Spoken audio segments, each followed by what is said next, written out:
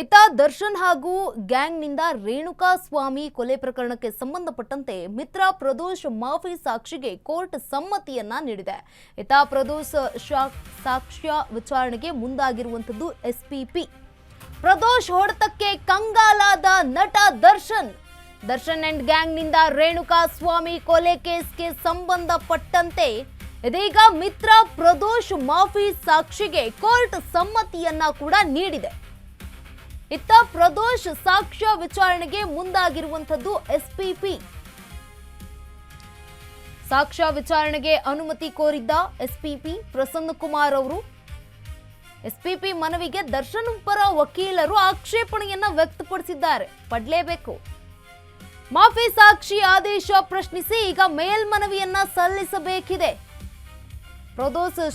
ಪ್ರದೋಷ್ ಸಾಕ್ಷ್ಯ ವಿಚಾರಣೆ ಸದ್ಯಕ್ಕೆ ಬೇಡ ಅಂತ ಮನವಿಯನ್ನ ಮಾಡಿಕೊಳ್ತಿದ್ದಾರೆ. ಶೀಘ್ರ ವಿಚಾರಣೆಗೆ ಹಿರಿಯ ವಕೀಲ ಕೆ ದಿವಾಕರ್ ಮನವಿಯನ್ನ ಸಲ್ಲಿಕೆ ಮಾಡಿರುವಂಥದ್ದು.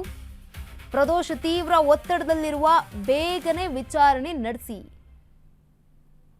ಸಹ ಆರೋಪಿಗಳಿಗೂ ಕೂಡ ಪಾಟಿ ಸವಾಲಿನ ಅವಕಾಶ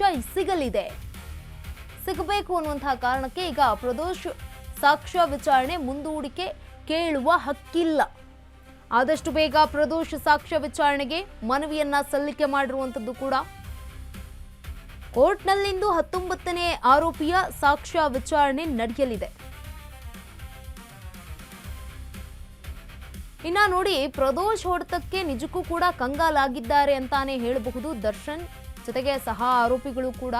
ಇದೀಗ ದರ್ಶನ್ ಏನು ಪ್ರದೋಷ್ ಅವರು ಮಾಫಿ ಸಾಕ್ಷಿ ಆಗ್ತೀನಿ ಅಂತ ಹೇಳಿದ್ರಲ್ಲ, ಈಗ ಕೋರ್ಟ್ಗೆ ಸಮ್ಮತಿ ಕೂಡ ನೀಡಿರುವಂಥದ್ದು. ಇದೇ ಒಂದು ವಿಚಾರಣೆಗೆ ಕುರಿತಾಗಿ ಈಗ ಕೋರ್ಟ್ನಲ್ಲಿ ವಿಚಾರಣೆ ಕೂಡ ನಡೆಯುತ್ತೆ ಇವತ್ತು. 19ನೇ ಆರೋಪಿ ಈ ಬಗ್ಗೆ ಹೆಚ್ಚಿನ ಮಾಹಿತಿಯನ್ನ ನೀಡಲಿದ್ದಾರೆ ನಮ್ಮ ಪ್ರತಿನಿಧಿ ಅರುಣ್ ಕುಮಾರ್. ಅರುಣ್, ಇದೀಗ ಮಾಫಿ ಸಾಕ್ಷಿಯಾಗಿರುವಂತಹ ಪ್ರದೋಷ್ ಅವರು ಇತ್ತ ದರ್ಶನ್ಗೂ ಕೂಡ ಕಂಟಕ ಆಗ್ತಾ ಇರುವಂತದ್ದು. ಇವತ್ತು 19ನೇ ಆರೋಪಿಯ ವಿಚಾರಣೆ ಕೂಡ ನಡೆಯಲಿದೆ. ಒಟ್ಟಾರೆಯಾಗಿ ಏನು ಅಪ್ಡೇಟ್ ಇದೆ ಈ ಕುರಿತಾಗಿ?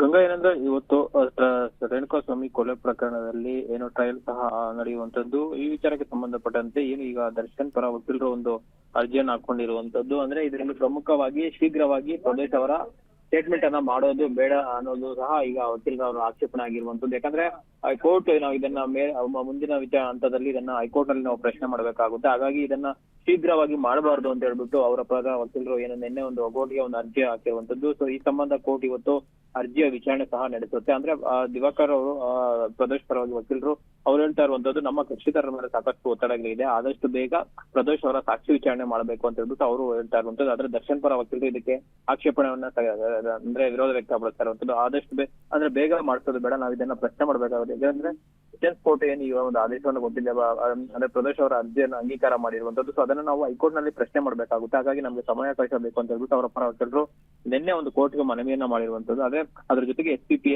ಏನೋ ಸಚಿನ್ ಯಾರಿದ್ದಾರೆ, ಸೊ ಅವರು ಸಹ ಒಂದು ಮನವಿ ಮಾಡಿರುವಂತದ್ದು. ಅಂದ್ರೆ ಮಾಫಿ ಸಾಕ್ಷಿ ಆದೇಶ ಏನು ಅವ್ರು ಪ್ರಶ್ನೆ ಮಾಡ್ತಾರೆ ಅದನ್ನ ಅದು ಪಾರ್ಟ್ ಆಫ್ ದ ಟ್ರಯಲ್. ಹಾಗಾಗಿ ಅದಕ್ಕೆ ಸಂಬಂಧ ಇರೋದಿಲ್ಲ. ಹಾಗಾಗಿ ಪ್ರದೋಷ್ ಅವರ ಸಾಕ್ಷಿ ವಿಚಾರಣೆಯನ್ನ ಕೋರ್ಟ್ ಯಥಾಸ್ಥಿತಿಯಾಗಿ ಏನ್ ಕೋರ್ಟ್ ಏನ್ ಟೈಮ್ ಬೌಂಡ್ ಏನಿರುತ್ತೆ ಅದರಲ್ಲಿ ಮಾಡ್ಬೇಕು ಅಂತ ಹೇಳ್ಬಿಟ್ಟು ಎಸ್ಪಿಪಿ ಅವರು ಸಹ ಹೇಳಿರುವಂತದ್ದು. ಅದ್ರ ಜೊತೆಗೆ ಈಗ ಅವರು ಅವರ ವಕೀಲರು ಅಹ್ಮದ್ ಪಾಷಾ ಅವರು ವಿರೋಧ ವ್ಯಕ್ತಪಡಿಸ್ತಾ ಇರುವಂತದ್ದು, ಆದಷ್ಟು ಬೇಗ ಮಾಡೋದು ಬೇಡ, ಇದನ್ನ ತಡ ಮಾಡ್ಬೇಕು ಅಂತ ಹೇಳ್ಬಿಟ್ಟು ಆಗ್ತಾ ಇರುವಂತ. ಯಾಕಂದ್ರೆ ಹೈಕೋರ್ಟ್ ನಲ್ಲಿ ಪ್ರಶ್ನೆ ಮಾಡಿ ಮತ್ತೊಂದಷ್ಟು ದಿನ ಅದನ್ನ ಇದೇ ರೀತಿ ಮಾಡ್ಬೇಕು ಅಂತ ಹೇಳ್ಬಿಟ್ಟು ಅವರು ಹೇಳ್ತಾ ಇರುವಂತದ್ದು. ಸೊ ಹಾಗಾಗಿ ಇವತ್ತು ಕೋರ್ಟ್ ನಲ್ಲಿ ವಿಚಾರಣೆ ಇರುವಂತದ್ದು. ವಿಚಾರಣೆಯಲ್ಲಿ ಇವತ್ತು ಕೋರ್ಟ್ ಏನ್ ಡಿಸೈಡ್ ಮಾಡುತ್ತದೆ ಅನ್ನೋದನ್ನ ಕಾದ್ ಮಾಡ್ಬೇಕಾಗುತ್ತೆ ಗಂಗಾ.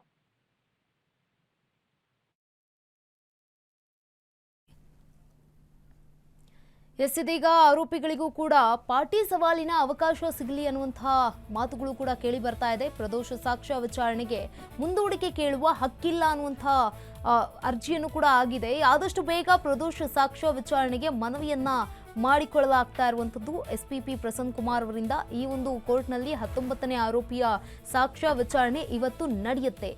ಈ ಒಂದು ಬೆಳವಣಿಗೆಯ ನಂತರ ದರ್ಶನ್ ಕೇಸ್ನಲ್ಲಿ ಯಾವೆಲ್ಲ ಬದಲಾವಣೆ ಆಗುತ್ತೆ ಅನ್ನೋದೇ ಈಗ ಕುತೂಹಲ ಆಗಿರುವಂಥದ್ದು.